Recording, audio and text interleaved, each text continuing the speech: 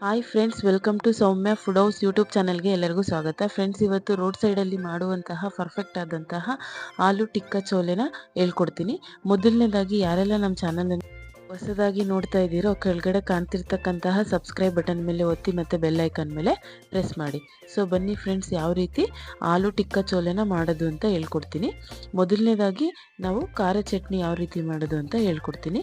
ಮೊದಲನೇದಾಗಿ ಒಂದು ಮಿಕ್ಸಿ ಬೌಲ್ಗೆ ಒಂದು ಹಿಡಿಯೋಷ್ಟು ಪುದೀನ ಸೊಪ್ಪು ಮತ್ತು ಒಂದು ಸ್ವಲ್ಪ ಕೊತ್ತಂಬರಿ ಸೊಪ್ಪು ಮತ್ತು ಖಾರಕ್ಕೆ ಒಂದು 4-5 ಹಸಿಮೆಣಸಿನ್ಕಾಯಿ ಹಾಕ್ಕೊಂಡು 2 ಇಂಚಷ್ಟು ಹಸಿ ಶುಂಠಿನ ಹಾಕ್ಕೋಬೇಕು.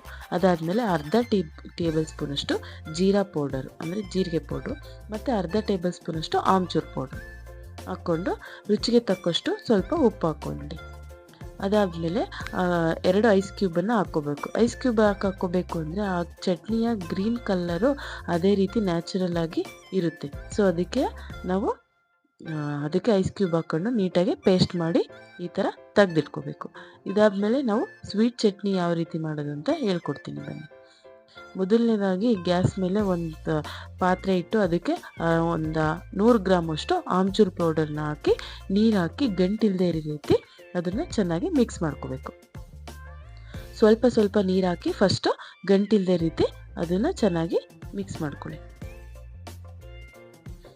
ಸೊ ಈ ಥರ ಎಲ್ಲ ಚೆನ್ನಾಗಿ ನೀಟಾಗಿ ಗಂಟಿಲ್ಲದೆ ರೀತಿ ಮಿಕ್ಸ್ ಆದಮೇಲೆ ಅದಕ್ಕೆ ಒಂದು ಬವಣೆ ಲೋಟದಷ್ಟು ನೀರನ್ನು ಹಾಕಬೇಕು. ನೀರು ಹಾಕಿದ್ಮೇಲೆ ಗ್ಯಾಸನ್ನು ಆನ್ ಮಾಡಬೇಕು. ಆನ್ ಮಾಡಿ ಅದಕ್ಕೆ ಬೆಲ್ಲನ ಹಾಕಬೇಕು. ನಾವೆಷ್ಟು ಆಮ್ಚೂರು ಪೌಡ್ರ್ ತೊಗೊಂಡಿರ್ತೀವೋ ಅದರ ಅರ್ಧ ಭಾಗದಷ್ಟು 60 ಗ್ರಾಮಷ್ಟು ಬೆಲ್ಲನ ಹಾಕಿ ಒಂದು ಅರ್ಧ ಟೇಬಲ್ ಸ್ಪೂನಷ್ಟು ಉಪ್ಪು, ಒಂದು ಅರ್ಧ ಟೇಬಲ್ ಸ್ಪೂನಷ್ಟು ಜೀರಾ ಪೌಡ್ರು, ಅರ್ಧ ಟೇಬಲ್ ಸ್ಪೂನಷ್ಟು ಸೋಂಕಾಳು ಪೌಡ್ರು, ಅರ್ಧ ಟೇಬಲ್ ಸ್ಪೂನಷ್ಟು ಕಾಳು ಮೆಣಸಿನ ಪುಡಿ, ಅರ್ಧ ಟೇಬಲ್ ಸ್ಪೂನಷ್ಟು ಒಣಶುಂಠಿ ಪೌಡ್ರು, 1 ಟೇಬಲ್ ಸ್ಪೂನಷ್ಟು ಕಾಶ್ಮೀರಿ ರೆಡ್ ಚಿಲ್ಲಿ ಪೌಡರನ್ನು ಹಾಕ್ಕೊಂಡು ನೀಟಾಗಿ ಮಿಕ್ಸ್ ಮಾಡ್ಕೋಬೇಕು. ನೀಟಾಗಿ ಮಿಕ್ಸ್ ಮಾಡಿ ಅದನ್ನು ಚೆನ್ನಾಗಿ ಸ್ವಲ್ಪ ನೀರು ಬೇಕು ಅನಿಸಿದರೆ ಕನ್ಸಿಸ್ಟೆನ್ಸಿ ನೋಡಿಕೊಂಡು ಇನ್ನೂ ಸ್ವಲ್ಪ ಹಾಕ್ಕೋಬೇಕು. ಸಾಕು ಅನಿಸಿದರೆ ಅಷ್ಟನ್ನೇ ಹಾಕಿ ನೀಟಾಗಿ ಅದನ್ನು ಕುದಿಸ್ಬೇಕು. ಅದು ಚೆನ್ನಾಗಿ ಕುದ್ದು ಅದರೊಳಗಿನ ನೀರಿನ ಅಂಶ ಎಲ್ಲ ಡ್ರೈ ಆಗಿಬಿಟ್ಟು ಅದು ಸಿರಪ್ ರೀತಿ ಸ್ವೀಟ್ ಚಟ್ನಿ ರೆಡಿ ಆಗುತ್ತೆ. ಸೊ ಅದಕ್ಕೆ ಈ ಥರ ನೀಟಾಗಿ ಚೆನ್ನಾಗಿ ಕುದಿಸ್ಕೊಳ್ಳಿ. ಅದಾದಮೇಲೆ ಅದ್ರ ಮೇಲೆ ಬಂದಿರತಕ್ಕಂತಹ ಕೆನೆನೆಲ್ಲ ತೆಗೀರಿ. ಸೊ ಈ ಥರ ನೀಟಾಗಿ ಚೆನ್ನಾಗಿ ಒಂದು 15 ನಿಮಿಷಗಳ ಕಾಲ ಕುದ್ರೆ ಸ್ವೀಟ್ ಚಟ್ನಿ ರೆಡಿ ಆಗುತ್ತೆ. ಅದನ್ನು ತಣ್ಣಗೆ ಮಾಡಿಬಿಟ್ಟು ಅದನ್ನು ಒಂದು ಏರ್ ಕಂಟೈನರ್ ಬಾಕ್ಸಲ್ಲಿ ಹಾಕ್ಬಿಟ್ಟು ಸ್ಟೋರ್ ಮಾಡಿ ಇಟ್ಕೋಬೋದು. ನಾವು ಯಾವುದೇ ರೀತಿಯಾದಂತಹ ಪಾನಿಪುರಿ, ಮಸಾಲೆ ಪೂರಿ ಆಗಿರ್ಬೋದು, ನಾವು ಯಾವ್ಯಾವುದಕ್ಕೆ ಸ್ವೀಟ್ ಚಟ್ನಿನ ಯೂಸ್ ಮಾಡ್ತೀವೋ ಆ ಚಟ್ನಿ ಬದಲು ಈ ಥರ ಸ್ವೀಟ್ ಚಟ್ನಿನ ಯೂಸ್ ಮಾಡೋದ್ರಿಂದ ಟೇಸ್ಟು ತುಂಬ ಚೆನ್ನಾಗಿ ಇರುತ್ತೆ. ನಾವು ಹುಣಸೆ ಹಣ್ಣಿನಿಂದ ಸ್ವೀಟ್ ಚಟ್ನಿ ಮಾಡೋದ್ರಿಂದ ಏನಾಗುತ್ತೆ, ಹುಳಿ ಅಂಶ ತುಂಬ ಜಾಸ್ತಿ ಇರೋದ್ರಿಂದ ನಮಗೆ ಹುಳಿ ಜಾಸ್ತಿ ಅನಿಸುತ್ತೆ. ಸೊ ಈ ಥರ ಸ್ವೀಟ್ ಚಟ್ನಿ ಮಾಡ್ಕೊಳೋದ್ರಿಂದ ನಮಗೆ ಅಷ್ಟಾಗಿ ಆ ಹುಳಿ ಅಂಶ ಗೊತ್ತಾಗಲ್ಲ ಸ್ವೀಟ್ ಚಟ್ನಿಯಲ್ಲಿ. ಸೊ ಇದನ್ನ ಈ ಥರ ಮಾಡಿಕೊಂಡು ಸ್ಟೋರ್ ಮಾಡಿ ಇಟ್ಕೊಳ್ಳಿ. ನೆಕ್ಸ್ಟು ಚನ್ನ ದಾಲು ಅಂದರೆ ಕಾಬೂಲ್ ಕಡಲೆಕಾಳನ್ನು 150 ಗ್ರಾಮಷ್ಟು ಕುಕ್ಕರ್ಗೆ ಹಾಕ್ಬಿಟ್ಟು ಗ್ಯಾಸ್ ಮೇಲೆ ಇಡಿ. ಅದಾದಮೇಲೆ ಅದಕ್ಕೆ ನೀರು ಹಾಕಿ, ಅದಾದಮೇಲೆ ಅದಕ್ಕೇ 1 ಕಪ್ಪು ಏಲಕ್ಕಿ ಮತ್ತು 2 ಪಲಾವ್ ಎಲೆ ಮತ್ತು ಒಂದು 4 ಲವಂಗ ಮತ್ತು ಒಂದು ಅರ್ಧ ಟೇಬಲ್ ಸ್ಪೂನ್ ಅಥವಾ 1 ಟೇಬಲ್ ಸ್ಪೂನಷ್ಟು ರುಚಿಗೆ ತಕ್ಕಷ್ಟು ಉಪ್ಪು ಹಾಕ್ಕೊಳ್ಳಿ. ಅದಾದಮೇಲೆ ಅರ್ಧ ಟೇಬಲ್ ಸ್ಪೂನಷ್ಟು ಅಡುಗೆ ಸೋಡಾ ಹಾಕ್ಕೊಂಡು ಒಂದು 4-5 ಕೂಗನ್ನ ಕೂಗಿಸಿ. ಅದು ಕುಕ್ಕರ್ ಕೂಗಿ ತಣ್ಣಗಾದ್ಮೇಲೆ ಅದರಲ್ಲಿರೋ ಮಸಾಲೆ ಪದಾರ್ಥನೆಲ್ಲ ಸಪ್ರೇಟ್ ಮಾಡ್ಕೊಳ್ಳಿ. ಆದಮೇಲೆ ನೆಕ್ಸ್ಟು ಒಂದು ಬೌಲ್ ತಗೊಂಡು ಒಂದು ಬೌಲಿಗೆ 4 ಅಥವಾ 3 ಹಸಿಮೆಣಸಿನ್ಕಾಯಿ, 1 ಹಸಿ ಶುಂಠಿ, 1 ಇಂಚಷ್ಟು ಒಂಚೂರು ಉಪ್ಪು ಹಾಕ್ಕೊಂಡ್ಬಿಟ್ಟು ಅದನ್ನು ತರಿತರಿಯಾಗಿ ಕುಟ್ಟಿಟ್ಕೊಳ್ಳಿ. ಈ ಥರ ಕುಟ್ಟಿಟ್ಕೊಂಡ್ಮೇಲೆ ನೆಕ್ಸ್ಟು ಗ್ಯಾಸ್ ಮೇಲೆ ಒಂದು ಪ್ಯಾನ್ ಇಡಿ. ಅದಕ್ಕೆ 1 ಟೇಬಲ್ ಸ್ಪೂನಷ್ಟು ತುಪ್ಪ, 2 ಟೇಬಲ್ ಸ್ಪೂನಷ್ಟು ಎಣ್ಣೆ ಹಾಕಿ ಅದೆರಡು ನೀಟಾಗಿ ಕಾದ್ಮೇಲೆ ಅದಕ್ಕೆ ಒಂದು ಅರ್ಧ ಟೇಬಲ್ ಸ್ಪೂನಷ್ಟು ಜೀರಿಗೆ ಹಾಕಿ ಮತ್ತು ಒಂದು ಅರ್ಧ ಟೇಬಲ್ ಸ್ಪೂನಷ್ಟು ಹಿಂಗೆ ಹಾಕಿ. ಅದಾದಮೇಲೆ ನಾವು ಜಜ್ಜಿಟ್ಟಿರ್ತಕ್ಕಂತಹ ಹಸಿಮೆಣಸಿನ್ಕಾಯಿ, ಶುಂಠಿ ಪೇಸ್ಟನ್ನು ಹಾಕ್ಬಿಟ್ಟು ನೀಟಾಗಿ ಈ ಥರ ಮಿಕ್ಸ್ ಮಾಡಿ. ಈ ಥರ ಹಸಿ ವಾಸನೆ ಹೋಗೋವರೆಗೂ ನೀಟಾಗಿ ಫ್ರೈ ಮಾಡ್ಕೊಂಡ್ಬಿಟ್ಟು ನೆಕ್ಸ್ಟು ನಾವು ಬೇಯಿಸಿಟ್ಟಿರ್ತಕ್ಕಂತಹ ಕಾಬೂಲ್ ಕಡಲೆಕಾಳಿತ್ತಲ್ಲ ಅದನ್ನು ಇದಕ್ಕೆ ಹಾಕ್ಬಿಟ್ಟು ನೀಟಾಗಿ 1-2 ಕುದಿಸಿ. ಇದು ಚೆನ್ನಾಗಿ ಕುದಿ ಬಂದಾಗ ಇದಕ್ಕೆ ನಾವು 1 ಟೇಬಲ್ ಸ್ಪೂನಷ್ಟು ಕಾಶ್ಮೀರಿ ರೆಡ್ ಚಿಲ್ಲಿ ಪೌಡರನ್ನು ಹಾಕ್ಕೊಳ್ಳಿ. ಅದಾದಮೇಲೆ ಅರ್ಧ ಟೇಬಲ್ ಸ್ಪೂನಷ್ಟು ಅರಿಶಿಣ ಮತ್ತು ಒಂದು ಅರ್ಧ ಟೇಬಲ್ ಸ್ಪೂನಷ್ಟು ಧನಿಯಾ ಪುಡಿ, ಒಂದು ಅರ್ಧ ಟೇಬಲ್ ಸ್ಪೂನಷ್ಟು ಗರಂ ಮಸಾಲ ಹಾಕ್ಕೊಂಡು ನೀಟಾಗಿ ಈ ಥರ ಮಿಕ್ಸ್ ಮಾಡ್ಕೊಳ್ಳಿ. ಅದೆಲ್ಲ ಮಿಕ್ಸ್ ಆದಮೇಲೆ ಒಂದೆರಡು ಟೇಬಲ್ ಸ್ಪೂನಷ್ಟು ಹುಣಸೆ ಹಣ್ಣಿನ ರಸನ ಹಾಕ್ಕೊಳ್ಳಿ. ಹುಣಸೆ ಹಣ್ಣಿನ ರಸ ಹಾಕ್ಕೊಂಡ್ಮೇಲೆ ಒಂದು ಸ್ಮ್ಯಾಶರ್ ತಗೊಂಡು ಇದನ್ನು ಕಾಬೂನು ಏನು ಬೆಂದಿರುತ್ತಲ್ಲ, ಸೊ ಅದನ್ನು ಸ್ವಲ್ಪ ಸ್ಮ್ಯಾಶ್ ಮಾಡ್ಕೊಳ್ಳಿ.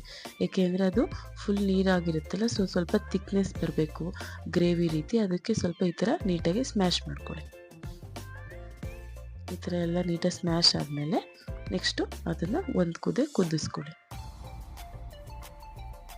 ನೆಕ್ಸ್ಟ್ ಈ ಥರ ಚೆನ್ನಾಗಿ ಕುದಿಯೋಕ್ಕೆ ಬಂದಾಗ ಅದಕ್ಕೆ ಕೊನೆಯದಾಗಿ ಸ್ವಲ್ಪ ಕಸೂರಿ ಮೆಥಿನ ಹಾಕಬೇಕು. ಅದಾದಮೇಲೆ ಸ್ವಲ್ಪ ಕೊತ್ತಂಬರಿ ಸೊಪ್ಪನ್ನು ಕೂಡ ಹಾಕ್ಕೊಳ್ಳಿ. ಸೊ ಬಿಸಿಯಾದಂತಹ ದಾಲು ಚೆನ್ನ ದಾಲು ರೆಡಿ ಆಯಿತು. ಅದಾದಮೇಲೆ 4 ಆಲೂಗೆಡ್ಡೆನ ಒಂದೇ ಒಂದು ವಿಷಲ್ ಕೂಗಿಸಿ ಈ ಥರ ಅದ್ರ ಮೇಗಲ ಸಿಪ್ಪೆನೆಲ್ಲ ತೆಗೆದು ಈ ಥರ ನೀಟಾಗಿ ಆಲೂಗೆಡ್ಡೆನ ತುರ್ಕೋಬೇಕು. ಈ ಥರ ಒಣ ಕೊಬ್ಬರಿ ತುರಿಯೋ ಇದರಿಂದ ನೀಟಾಗಿ ತುರ್ಕೊಳ್ಳಿ. ಇದನ್ನು ಏನಕ್ಕೆ ಅಂದರೆ ಈಗ ನಾವು ನೆಕ್ಸ್ಟು ಅದಕ್ಕೆ ಚೋಲೆಗೆ ಕಟ್ಲೆಟ್ ಮಾಡೋದು ಯಾವ ರೀತಿ ಅಂತ ಹೇಳ್ಕೊಡ್ತಾ ಇರೋದು. ಸೊ ಈ ಥರ ನೀಟಾಗಿ ಆಲೂಗೆಡ್ಡೆನೆಲ್ಲ ನೀಟಾಗಿ ತುರ್ಕೋಬೇಕು. ನೀಟಾಗೆಲ್ಲ ತುರಿದ್ಮೇಲೆ ಅದಕ್ಕೆ ಕಾರ್ನ್ ಫ್ಲೋರನ್ನು ಒಂದು 4ರಿಂದ 5 ಟೇಬಲ್ ಸ್ಪೂನಷ್ಟು ಹಾಕ್ಕೊಳ್ಳಿ. 4ರಿಂದ 5 ಟೇಬಲ್ ಸ್ಪೂನಷ್ಟು ಕಾರ್ನ್ ಫ್ಲೋರ್ ಹಾಕ್ಕೊಂಡ್ಮೇಲೆ ಅದನ್ನು ನೀಟಾಗಿ ಚೆನ್ನಾಗಿ ಕೈಯಿಂದ ನಾದಿ 1 ಟೇಬಲ್ ಸ್ಪೂನಷ್ಟು ಉಪ್ಪು ಹಾಕ್ಕೊಳ್ಳಿ ರುಚಿಗೆ. ಅದಾದಮೇಲೆ ನೀಟಾಗಿ ಈ ಥರ ಚೆನ್ನಾಗಿ ನಾದ್ಕೊಂಡು ಅದನ್ನು ಬಿಲ್ಲೆಗಳ ರೀತಿ ಮಾಡಿಟ್ಕೋಬೇಕು. ಸೊ ನೋಡಿ, ಈ ಥರ ನೀಟಾಗಿ ನಿಧಾನಕ್ಕೆ ಎಲ್ಲದನ್ನು ಕೂಡ ಹಿಟ್ಟನ್ನು ಜೊತೆಗೆ ಬೇಯಿಸಿ ಆಲೂಗೆಡ್ಡೆನ ಹಾಕ್ಕೊಂಡು ಈ ಥರ ನೀಟಾಗಿ ನಾದ್ಕೊಳ್ಳಿ. ಎಲ್ಲ ನೀಟಾಗಿ ನಾದ್ಕೋಬೇಕಾದ್ರೆ ನಮಗಿನ್ನು ಕೈಗೆ ಆ ಆಲೂಗೆಡ್ಡೆದು ಗ್ರೇವಿ ಅಂಟ್ತಾ ಇದೆ ಅಂದರೆ, ಸೊ ಅದಕ್ಕೆ ಇನ್ನೂ ಒಂದು ಸ್ವಲ್ಪ ಕಾರ್ನ್ ಫ್ಲೋರ್ ಹಾಕ್ಕೊಂಡು ನೀಟಾಗಿ ಈ ಥರ ಕಲಸಿಟ್ಕೊಳ್ಳಿ. ಅದಾದಮೇಲೆ ಒಂದು ತಟ್ಟೆಗೆ ಕಾರ್ನ್ ಫ್ಲೋರ್ ಹಾಕ್ಕೊಂಡ್ಬಿಟ್ಟು ಒಂದು ಸ್ಪೂನ್ ಸಹಾಯದಿಂದ ನೀಟಾಗಿ ಸ್ವಲ್ಪ ಹಿಟ್ಟು ತಗೊಂಡು ಅದನ್ನು ಉಂಡೆ ರೀತಿ ಮಾಡಿ. ನೋಡಿ, ಈ ಥರ 2 ಕೈಯಿನ ಸಹಾಯದಿಂದ ನೀಟಾಗಿ ಉಂಡೆಗಳ ರೀತಿ ಮಾಡ್ಕೋಬೇಕು. ಸೊ ಸ್ವಲ್ಪ ಮೇಲೆ ಅದೇ ಕಾರ್ನ್ ಫ್ಲೋರನ್ನ ಹಾಕ್ಬಿಟ್ಟು ಹಿಟ್ಟನ್ನ ನೀಟಾಗಿ ಈ ಥರ ರೌಂಡ್ ಶೇಪಲ್ಲಿ ಎಲ್ಲದನ್ನು ಇಟ್ಟು ಕೂಡ ಸ್ವಲ್ಪ ತಗೊಂಡು ಉಂಡೆಗಳನ್ನಾಗಿ ಮಾಡಿಟ್ಕೋಬೇಕು. ಇದೆಲ್ಲ ಆದಮೇಲೆ ನೆಕ್ಸ್ಟು ಗ್ಯಾಸ್ ಮೇಲೆ ಒಂದು ಪ್ಯಾನ್ನ ಇಡಬೇಕು. ಪ್ಯಾನ್ಗೆ 1 ಟೇಬಲ್ ಸ್ಪೂನಷ್ಟು ತುಪ್ಪ ಹಾಕಿ. ತುಪ್ಪ ಎಲ್ಲ ಕರಗಿದ ಮೇಲೆ ಮತ್ತೆ ಅದಕ್ಕೇನೆ 2 ಟೇಬಲ್ ಸ್ಪೂನಷ್ಟು ಎಣ್ಣೆ ಹಾಕ್ಕೊಳ್ಳಿ. ಎಣ್ಣೆ ಎಲ್ಲ ಕಾದ್ಮೇಲೆ ನಾವು ಮಾಡಿರ್ತಕ್ಕಂತಹ ಆಲೂಗೆಡ್ಡೆ ರೋಲ್ನ ಇದರಲ್ಲಿ ಇಡಿ. ಸೊ ಈ ಥರ ಇಟ್ಬಿಟ್ಟು 2 ಕಡೆನೂ ಕೂಡ ಗೋಲ್ಡನ್ ಬ್ರೌನ್ ಕಲರ್ ಆಗೋವರೆಗೂ ನೀಟಾಗಿ ಆದಷ್ಟು ನಾವೆಷ್ಟು ಕಡಿಮೆ ಉರಿಯಲ್ಲಿ ಇದನ್ನು ನಾವು ಫ್ರೈ ಮಾಡ್ಕೊತೀವೋ ಅಷ್ಟು ಕ್ರಿಸ್ಪಿಯಾಗಿ ಬರುತ್ತೆ. ಸೊ ಈ ಥರ ನಿಧಾನಕ್ಕೆ 2 ಸೈಡಲ್ಲೂ ಬೇಯಿಸ್ಕೋಬೇಕು. 2 ಕಡೆನೂ ಫ್ರೈ ಆದಮೇಲೆ ಈ ಥರ ತಿರುವಾಕೊಳ್ಳಿ.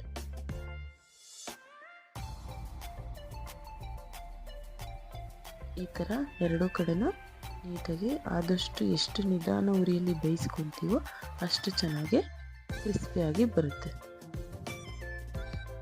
ಅದೆಲ್ಲ ಫ್ರೈ ಆಗ್ತಾ ಇದ್ದಾಗ ಒಂದೊಂದೇ ಬಿಲ್ಲೆಗಳನ್ನು ಸ್ಮ್ಯಾಶರ್ ಸಹಾಯದಿಂದ ಕಟ್ಲೆಟ್ ಶೇಪಲ್ಲಿ ನಿಧಾನಕ್ಕೆ ಇದನ್ನು ಪ್ರೆಸ್ ಮಾಡಬೇಕು. ಸ್ಮ್ಯಾಶರ್ ಸಹಾಯದಿಂದ ನಿಧಾನಕ್ಕೆ ಈ ಥರ ಪ್ರೆಸ್ ಮಾಡಿದಾಗ ಸೊ ಅದು ಕಟ್ಲೆಟ್ ಶೇಪ್ಗೆ ಬರುತ್ತೆ. ನಾವು ಸ್ಟಾರ್ಟಿಂಗು ಬಿಲ್ಲೆ ರೀತಿ ಚಿಕ್ಕ ಬಿಲ್ಲೆ ರೀತಿ ಮಾಡಿಕೊಂಡು ಫ್ರೈ ಮಾಡ್ಕೋಬೇಕು 2 ಕಡೆನೂ. ಅದು ಅರ್ಧ ಫ್ರೈ ಆದಮೇಲೆ ಈ ಥರ ಕಟ್ಲೆಟ್ ಶೇಪಿಗೆ ನಾವು ಇದನ್ನು ಸ್ಮ್ಯಾಶ್ ಮಾಡ್ಕೋಬೇಕು.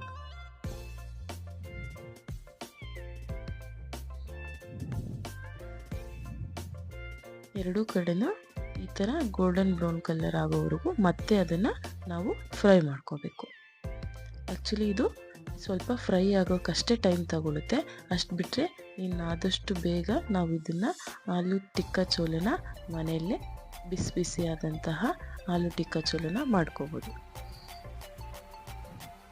ಆದಷ್ಟು ಲೋ ಫ್ಲೇಮಲ್ಲೇ ಇದನ್ನು ನಾವು ಫ್ರೈ ಮಾಡ್ಕೋಬೇಕು. ಹೈ ಫ್ಲೇಮಲ್ಲಿ ನಾವು ಅದನ್ನು ಫ್ರೈ ಮಾಡ್ಕೊಳೋದ್ರಿಂದ ಏನಾಗುತ್ತೆ, ಒಳಗಡೆ ಇರ್ತಕ್ಕಂಥ ಆಲೂಗೆಡ್ಡೆ ಅದು ಬೇಯಲ್ಲ.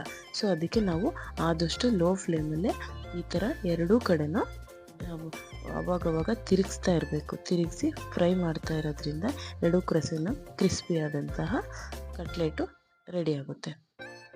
ಸೊ ಈ ಥರ ಫ್ರೈ ಆದಮೇಲೆ ಅದನ್ನು ಒಂದು ಸರ್ವಿಂಗ್ ಪ್ಲೇಟ್ಗೆ ತಗೊಳ್ಳಿ. ಅದಾದಮೇಲೆ ನೆಕ್ಸ್ಟು ಒಂದು ಪ್ಲೇಟ್ ತೊಗೊಂಡು ನಾವು ಮಾಡಿರ್ತಕ್ಕಂತಹ ಕಟ್ಲೆಟ್ನ ಇದರಲ್ಲಿ ಹಾಕಬೇಕು. ಈ ಥರ ನೋಡಿ ಎಷ್ಟು ಕ್ರಿಸ್ಪಿಯಾಗಿ ಬಂದಿದೆ ಅಂತ. ನಾವು ಮಾಡಿರ್ತಕ್ಕಂಥ ಕಟ್ಲೆಟ್ನ ಈ ಥರ ಒಂದು ಸರ್ವಿಂಗ್ ಪ್ಲೇಟ್ಗೆ ಹಾಕ್ಕೋಬೇಕು. ನೋಡಿ ಎಷ್ಟು ನೀಟಾಗಿ ಕ್ರಿಸ್ಪಿಯಾಗಿ ಬಂದಿದೆ ಅಂತ. ನಾವು ಇನ್ನೂ ಕೂಡ ನಿಧಾನಕ್ಕೆ ಬೇಯಿಸಿದ್ರೆ ಇನ್ನೂ ಕೂಡ ಗೋಲ್ಡನ್ ಬ್ರೌನ್ ಕಲರ್ ಇನ್ನೂ ಬರೋ ರೀತಿ ಇನ್ನೂ ಕೂಡ ಫ್ರೈ ಮಾಡ್ಕೋಬೋದು. ಸೊ ಅದಾದಮೇಲೆ ಅದ್ರ ಮೇಲೆ ನಾವು ಮಾಡಿರ್ತಕ್ಕಂತಹ ಚೆನ್ನ ದಾಲ್ ಇದೆಯಲ್ಲ ಅದನ್ನು ಇದ್ರ ಮೇಲೆ ಹಾಕ್ಕೋಬೇಕು. ಸೊ ಈ ಥರ ನೀಟಾಗಿ ಹಾಕ್ಕೊಳ್ಳಿ. ಅದಾದಮೇಲೆ ನಾವು ಮಾಡಿಟ್ಟಿರ್ತಕ್ಕಂತಹ ಖಾರ ಚಟ್ನಿ ಇತ್ತಲ್ಲ ಅದನ್ನು ಹಾಕ್ಕೋಬೇಕು. ಅದಾದಮೇಲೆ ಸ್ವೀಟ್ ಚಟ್ನಿನ ಹಾಕ್ಕೋಬೇಕು.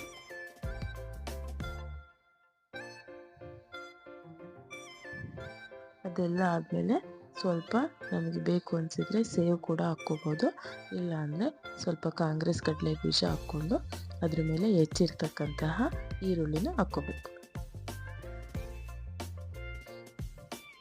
ಸೊ ಈರುಳ್ಳಿನೆಲ್ಲ ಹಾಕ್ಕೊಂಡ್ಮೇಲೆ ಕೊನೆಗೆ ಸ್ವಲ್ಪ ಕೊತ್ತಂಬರಿ ಸೊಪ್ಪನ್ನು ಕೂಡ ಹಾಕಿದರೆ ಬಿಸಿ ಬಿಸಿಯಾದಂತಹ ಆಲೂ ಟಿಕ್ಕಾ ಚೋಲೆ ರೆಡಿ ಆಗುತ್ತೆ. ಮನೆಯಲ್ಲೇ ನಾವು ಆದಷ್ಟು ಈಸಿಯಾಗಿ ಸ್ವೀಟ್ ಚಟ್ನಿ ಖಾರ ಚಟ್ನಿ ಮಾಡಿ ಇಟ್ಕೊಂಡ್ರೆ ಆದಷ್ಟು ಬೇಗ ಮಾಡಿ ತಿನ್ಬೋದು. ನೋಡಿ, ರೋಡ್ ಸೈಡಲ್ಲಿ ಮಾಡುವಂತಹ ಆಲೂ ಟಿಕ್ಕಾ ಚೋಲನ ನಾವು ಮನೆಯಲ್ಲಿ ಎಷ್ಟು ಈಸಿಯಾಗಿ ಮಾಡ್ಬೋದು ಅನ್ನೋದನ್ನು. ಸೊ ನೀವು ಕೂಡ ನಿಮ್ಮ ಮನೆಯಲ್ಲಿ ಟ್ರೈ ಮಾಡಿ, ಟೇಸ್ಟು ತುಂಬ ಚೆನ್ನಾಗಿ ಬರುತ್ತೆ. So thank you for watching.